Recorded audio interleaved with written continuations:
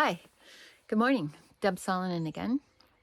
I've had such great feedback from all you all who are watching these videos about reading and pieces of my book or writing. I wanted to share one today.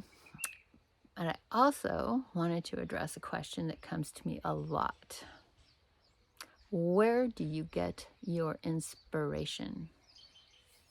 Man, if I knew the answer to that, I would be a billionaire. I don't. But I have learned through many years of trial and error that one of the keys is to creating something new, and a story that comes out of nowhere, is to write it down. And back in the early days of this, not that early, but early, was I always had a pencil and paper with me. Back pocket, purse, bedside. And this is important because you may tell yourself that you will remember this little glimmer of something, but trust me, you won't. And as you get older, that you won't part is even more there. So I have proof that this works. You know how? One night I was in bed, finished reading, closed my eyes, head on pillow, and all of a sudden, a voice in my head said, George knew what he was about to do was wrong,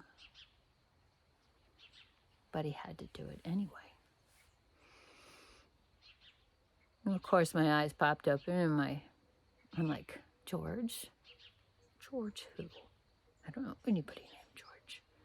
What does he have to do? Why does he have to do it?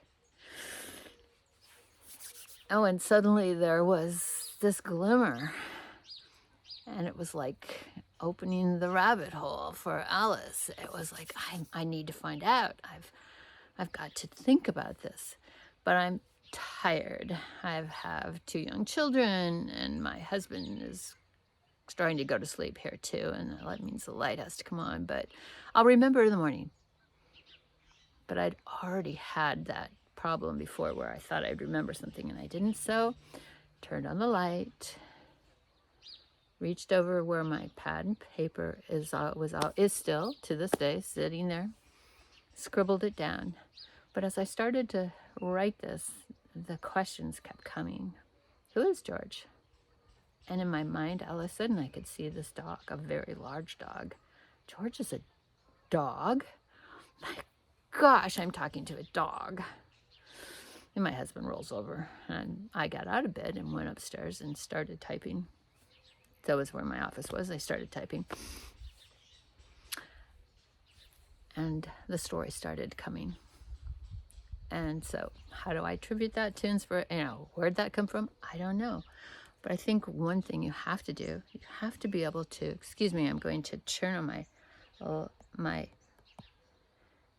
handy dandy iPad here and read you what happened from this, from that little glimmer. George knew what he was doing was bad, but he simply had no choice. The woman wasn't coming back. He'd been patient, he'd hoped for the best, but the truth was plain to see. His easy, orderly life was over. Bad things had happened, and nobody seemed to care about him anymore. George liked the man who was his master. He used to bring George wonderful treats late at night. They'd sit together on the patio, and the man would talk as he passed out bits of steak. But that hadn't happened for a long, long time. The boy had changed too. He never petted George anymore or came out to throw the ball or take him for a run behind his bike. Right now, the boy was in the house but wouldn't come out no matter how loudly George whined and barked. Something had to be done. George needed a woman in his life. Things had been good when the woman lived here, and if the man wouldn't get one, George would have to do it himself. And he knew exactly the woman he wanted. Kara, the lady with the big tub filled with sweet-smelling bubbles.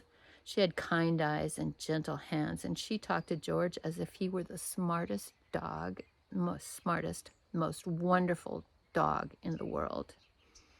George loved her, and he would find a way to bring her home, even if it meant digging under the fence. The man would be mad, but this was for his own good too. He'd see. I have other characters that are in the animal characters, but George is one of my favorites. And then the story began. So I had this beginning, this little kernel, but then I needed to populate this with characters, with real human beings, and a setting and time frame and secondary characters.